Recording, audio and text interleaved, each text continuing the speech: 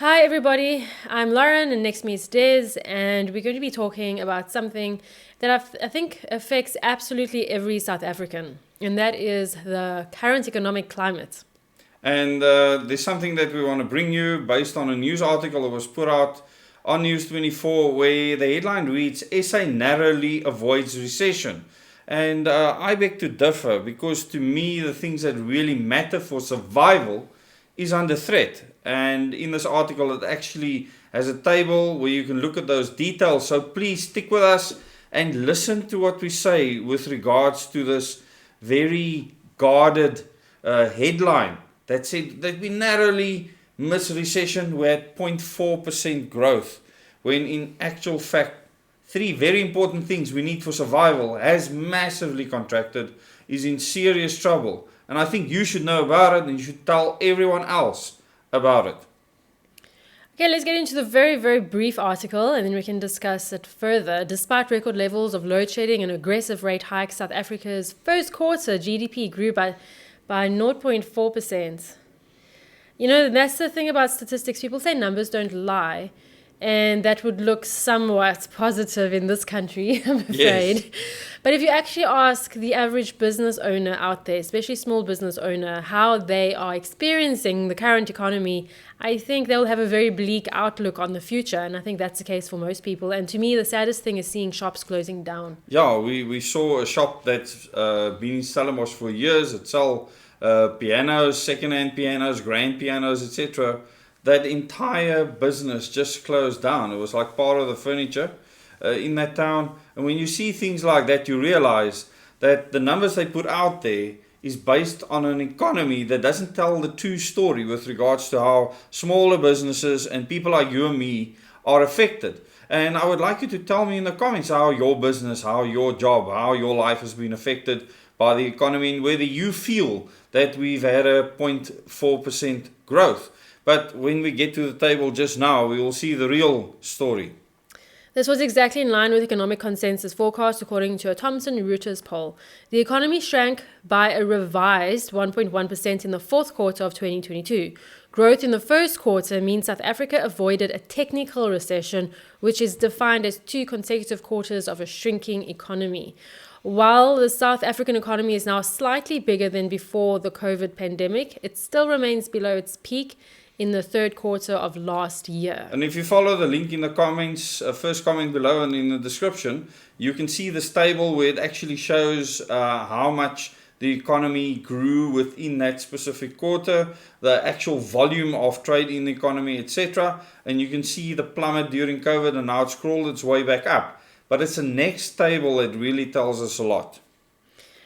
The SA Reserve Bank previously estimated that load shedding will shave 2 percentage points off GDP growth this year. The bank's aggressive rate hiking cycle, 475 basis points over 18 months, is also restricting the economy. Still, the manufacturing industry continued to grow 1.5%, with food and beverage output expanding the most in the first quarter. But where is that food and beverage coming from? Yeah, it's not grown here. No. And we'll get to that now. The finance, real estate and business services industry plus 0.6%, personal services industry at plus 0.8%, and the transport, storage and communication industry at plus 1.1% also saw growth. However, and this is the important part. This is the big however. However, agriculture slumped by 12.3%. Weighed down by a decline in the production of field crops and animal products. Statistics SA said. The motor trade also recorded a decrease in economic activity. And then also what they don't mention in the article, but what's seen on the graph, is electricity, gas and water also declined by minus 1%. So electricity, gas and water. So that is water that you need for survival and water. Energy. And food. And food. So those things all contracted. I think it's so important. The article specifies that food and beverages saw a growth, but that food and beverages more often than not is imported from overseas. It's not coming from South Africa. If you look at all the brands, Nestle. So it makes us more reliant on overseas markets, and this is very important to understand. If you look at, if you go to the shop, for instance, you're going to see all kinds of companies selling these foods, and that's not necessarily grown in South Africa. It's actually quite painful when you go buy frozen peas, for instance, and they're from Belgium, or you buy strawberries and they're from some other country. It's really, really strange how in such a fertile country we're importing any food at all. Yeah, it's actually quite shocking. But if you look at this graph, and you can't see it right now, but if you look at this graph, you will be shocked at the massive contrast when it comes to agriculture, forestry, and fishing. So please open that link, go and have a look at this table at the bottom of this article and see what a threat this is to survival.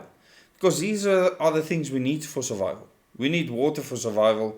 We know the water infrastructure is really struggling around the country. When I started my first tour around the country and headed to KwaZulu-Natal, the water infrastructure there was crumbling badly. I told the people nothing was going to be done to improve it. So the people needed to become self-reliant with regards to water.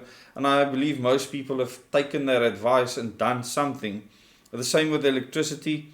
Gas imports can be controlled by many parties. And if we don't produce our own gas, we can also get into trouble.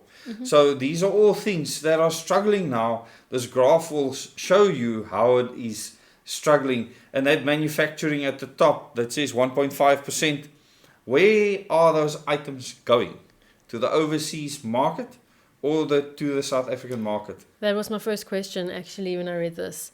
And I think it's important for everyone to note that if you cannot obtain what you need to survive, it's so easy for you to become controlled by an entity that promises some kind of solution in return for your freedom.